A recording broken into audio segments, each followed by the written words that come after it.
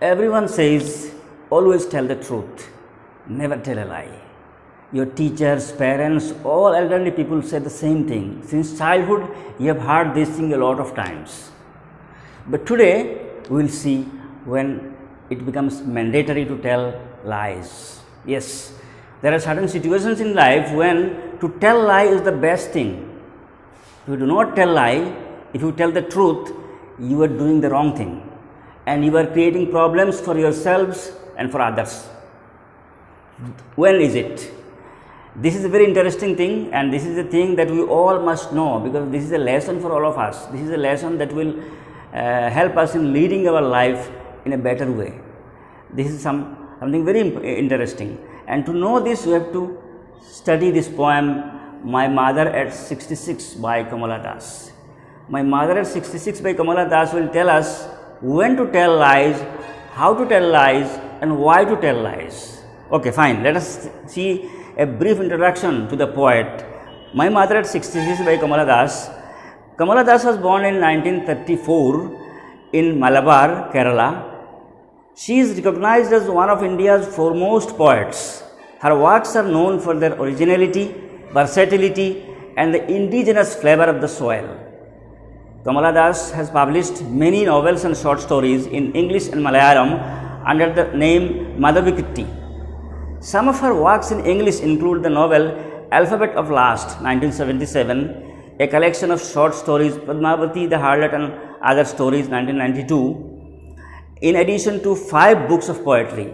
She is a sensitive writer who captures the complex subtleties of human relationships in lyrical idiom. My Mother at 66 is an example. See, at the beginning, her year of birth is 1934, but there is no mention of her year of death. Why is it? You may think this is because she has not died yet, she is still living, but that is not the case.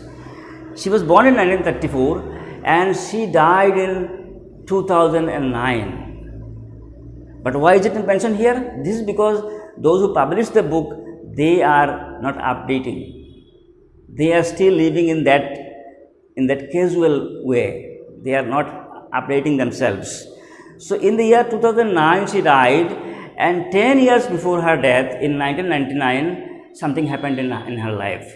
She converted to Islam. After this conversion there was a change in her name. She got a new name, Suraiya. So Kamala Das or Kamala Suraiya or Kamala Das Suraiya, you can call her anything.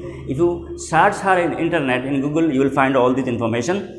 So he is one of India's very prominent poets, and 3 qualities of her poetry is mentioned. One is originality. It means the theme, the thought, the idea that you find in her poems, they are original, they are not borrowed, they are not collected from others. This is her own thought, her own ideas.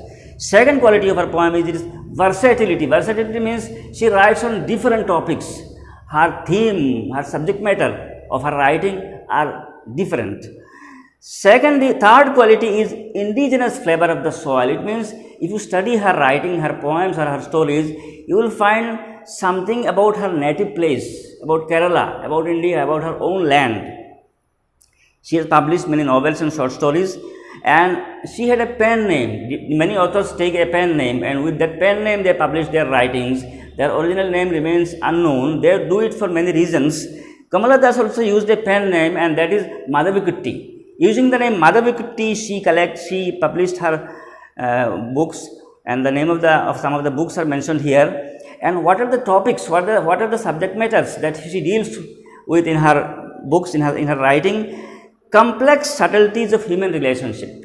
When we have relationship with others, for example, you have your relationship with your parents, with other members of the family, your other people, your friends, there are some complex things, some subtleties. It means in many situations in life you will find that you have to keep a balance between your relationship with your father and your relationship with someone else.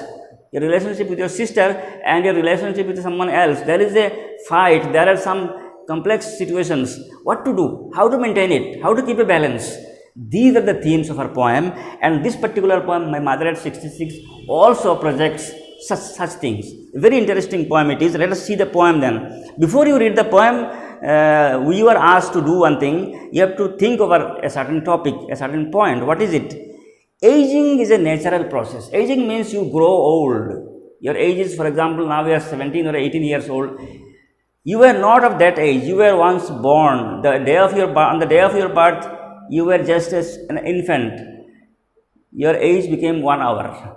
Then you completed 24 hours. Your age was only 1 day. Then you completed 1 month. In this way, you have completed 17 or 18 years. You will grow more. You will become old. So this is aging. Aging is a natural process. This happens naturally. You cannot do it. You cannot do or undo it. It will take place.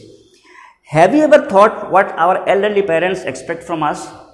Once upon a time, your parents were as young as you. Now they have become old. What do they expect from us? That is the question. This question you have to have in your mind. And now let us see the poem.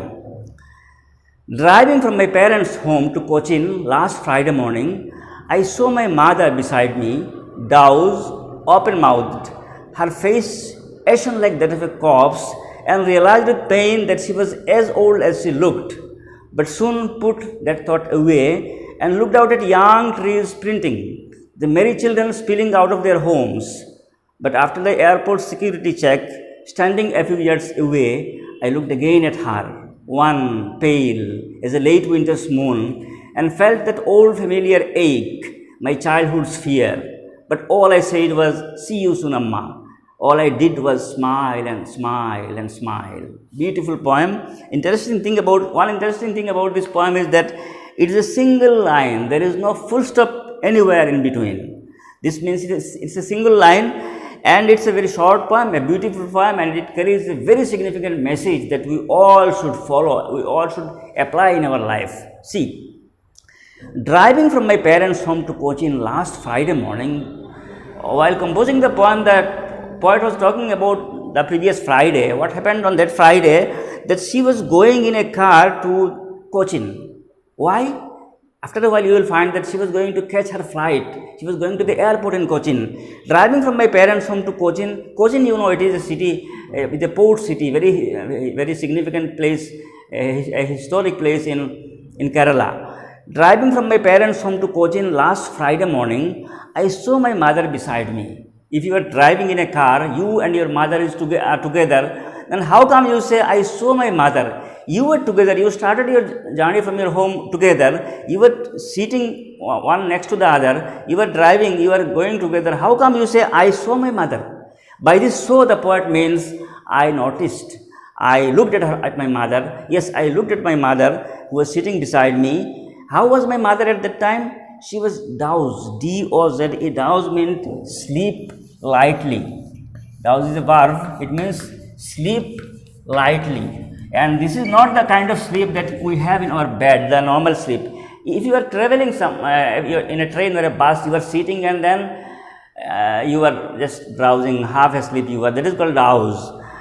Douse, open-mouthed. Open-mouthed means the mouth, the word mouth is a noun, and here it is used in the form of a verb. Open-mouthed means mouth is open. You are drowsing, you are half asleep, your mouth is open. This means, this gives a picture of weakness, this gives a picture of old age, that the woman has lost her strength of body and she has just mouth open and half asleep in the car, and her face ashen like that of a corpse. Ash means the substance that you get when you burn something, you burn wood or bamboo or anything, that you get some black substance, that is called ash. Here the word ashen, it means, it is not exactly black, it means ashen like that of a corpse. C-O-R-P-S-E, corpse. Corpse means dead body. Dead body. When someone dies, the dead body loses the natural charm. If you look at a dead body, you'll very easily find that it has lost the liveliness, the charm. That is what is meant when the poet said that her mother's face was ashen like that of a corpse. Her mother's face was like a dead body. It has lost its vivacity, it has lost its charm and youthfulness. So the poet has described her mother using three words. One is her mother was dowsing, she was half asleep. Secondly, her mouth was open. Thirdly, her face had lost its youthfulness. It looked like the face of a dead body. And then the poet said she realized with pain that she was as old as she looked. Yes, if you are living at your home and all the members of the family are together, then the changes that is occurring in a particular man's life, in a particular man's body, physical changes, we often ignore it because you are together every day. Small changes gradually occurring, it is not noticeable in our eyes. But if you meet someone after some 5 years, then you see, oh, how it was after before 5 years he was like this, his face was very clean, and now there is mustache and beard growing. So the changes, it appears to those who see you after many days. For the poet, her mother was with her, but at home she did not notice all the changes. Now that she is together with her mother, she is sitting next to her, now she realized that yes, my mother has really become old. She looks old, and she not only looks old, the way she is looking old, in reality she has become old also. She is the same old lady that she looks. It is not only just she appears to be old, she has really become old. Then what to do? The poet is going to the Cochin airport. She will catch her flight and leave. Mother will come back home. At this situation, this thought has come to her mind, this very disturbing thought. So what to do then? Anyone at this situation will maybe he will hug her mother and maybe start crying. But see how the author, how the poet is controlling the situation. She immediately, what did she do? But soon put that thought away. The poet put away, removed this thought from her mind. The question comes, what is the thought that the poet put away? The thought of her mother's old age, the thought of her mother looking very miserable, and the thought that she would one day die. This disturbing thought the poet put away, she removed from her mind. This is a lesson for us. In life, you may find yourself in a difficult situation, in a very tough situation, in a very disturbing situation. What to do? You are not to lose your heart, you are not to start crying. No. You have to know that this is not the whole life. Yes, sadness is a part of life. If there is sadness, there is happiness also. If you see that in your present situation there is sadness all around, don't just concentrate on it. Try to change your focus. Immediately you think of something else. Think of some happy situation. In front of your eyes there may be some sad situation, but to get relief from it, just think about some other beautiful situation. Look around, get something else. The same thing the poet did. What did she do? She immediately, in order to remove this sad and disturbing thought from her mind, she said, looked out at young trees sprinting. See, the word young is used, young with Y capital, trees T capital. This means these two words, they symbolize something. They do not mean the trees that we mean. These two words, young trees, they symbolize youthfulness. Tree, it gives beauty, it provides comfort to people, and if it is young tree, it is more lovely. Here, by using the word, by writing the letters young and trees with capital Y and T, the poet means to say that young trees, they symbolize liveliness, they symbolize youth and courage and power and beauty. So the poet looked out, and looking out she found young trees sprinting. Sprinting is running. If you travel in a car or in a train, it appears that all the objects outside, they are running in opposite direction. This is a funny sight, you must have witnessed it. That if you travel, you see all other objects outside are moving in an opposite direction. In fact, you are moving, your car is moving, those things are not moving, they are static. But in your eyes, it appears that they are moving. Now the question is, everything that is outside all seem to be moving when you are traveling in a car, when you are inside a car.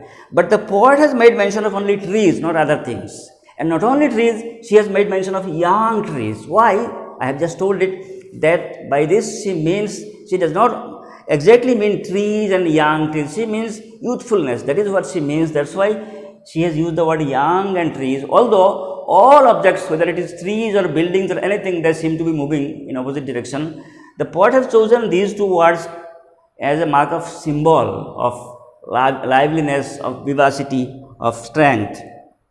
What else did the poet see outside? She saw merry children spilling out of their homes.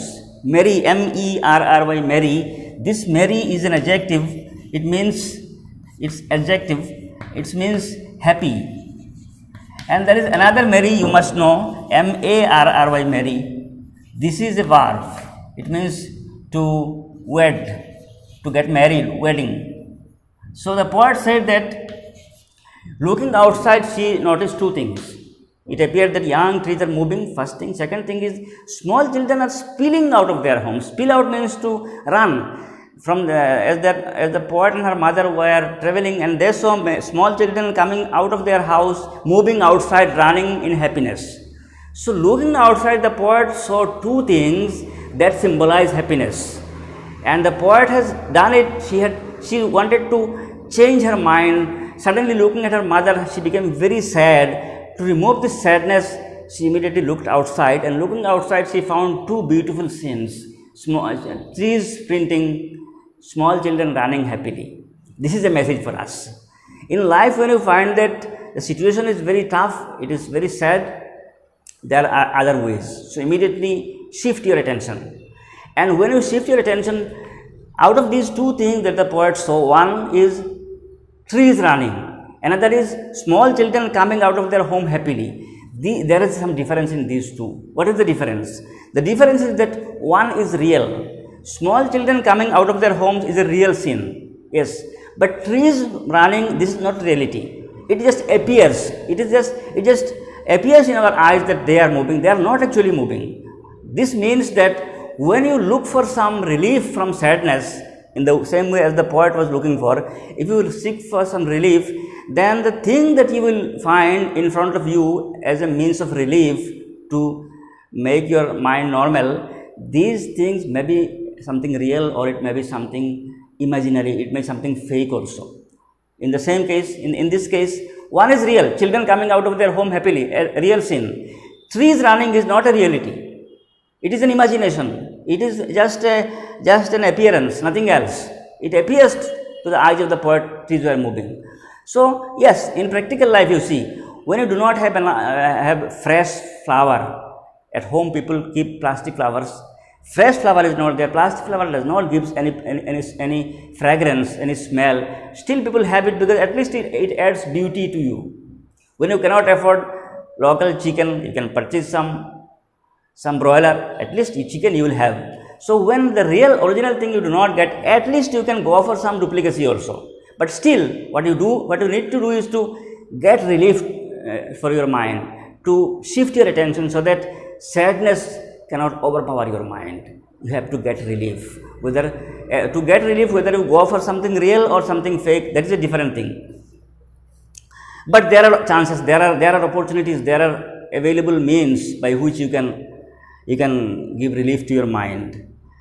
This is first part of the poem. Then the scene changes. Now that car has reached the airport.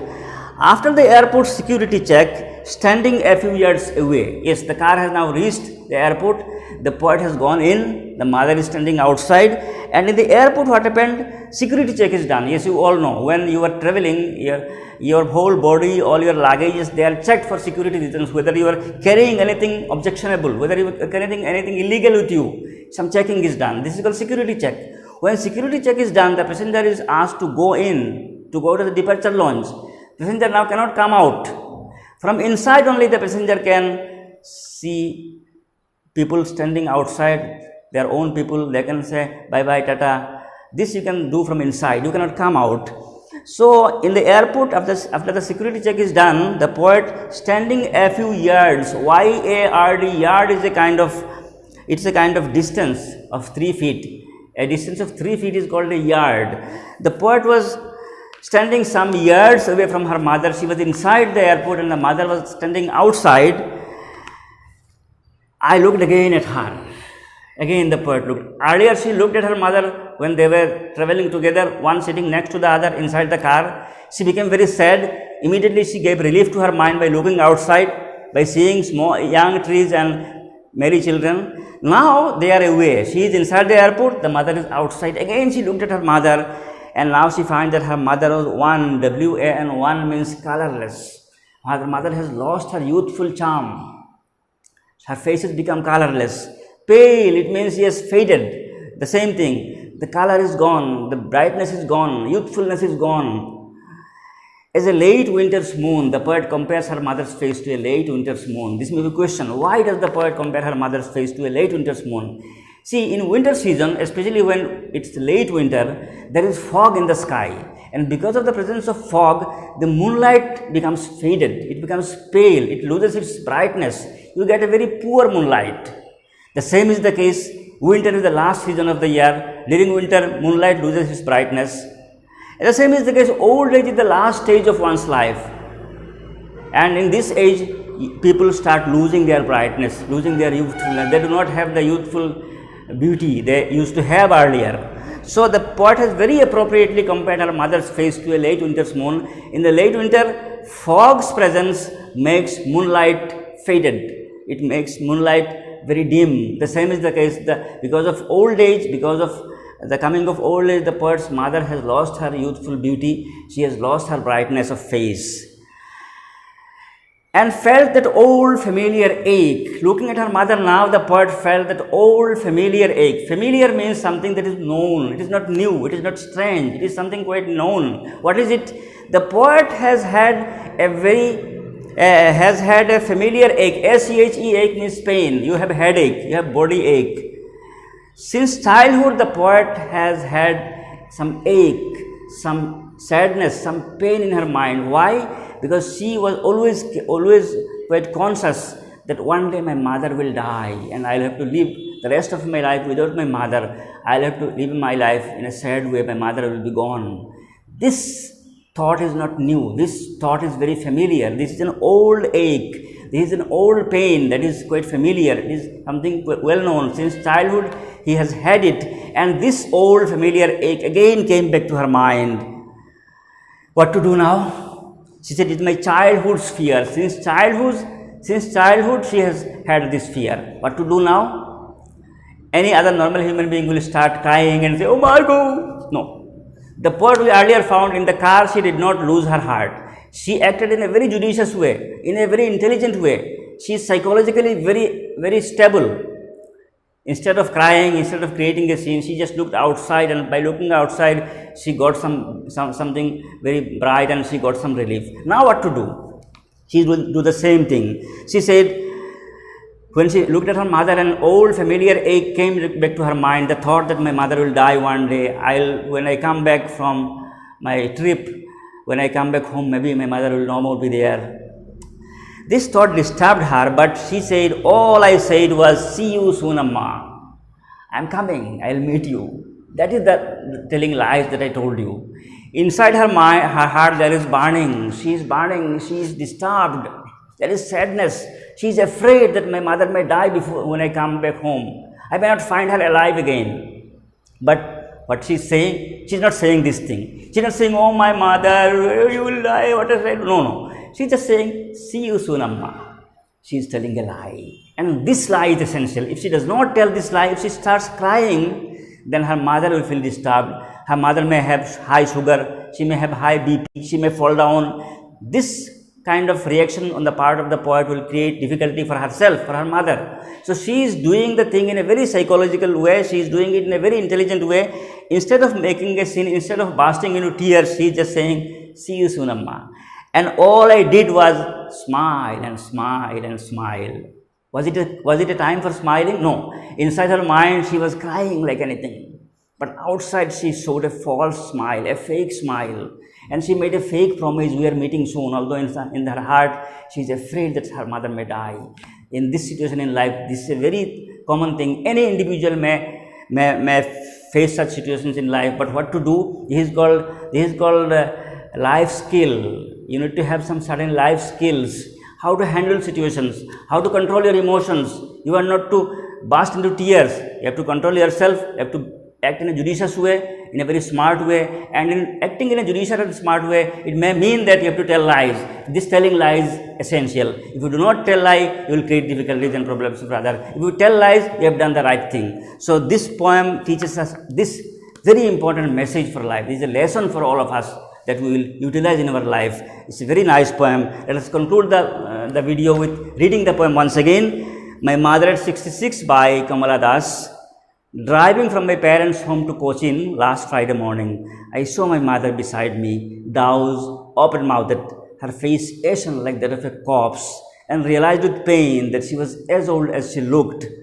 but soon put that thought away and looked out at young trees sprinting, the merry children spilling out of their homes. But after the airport security check, standing a few yards away, I looked again at her, one pale as a late winter's moon, and felt that old familiar ache, my childhood's fear. But all I said was, "See you soon, Amma."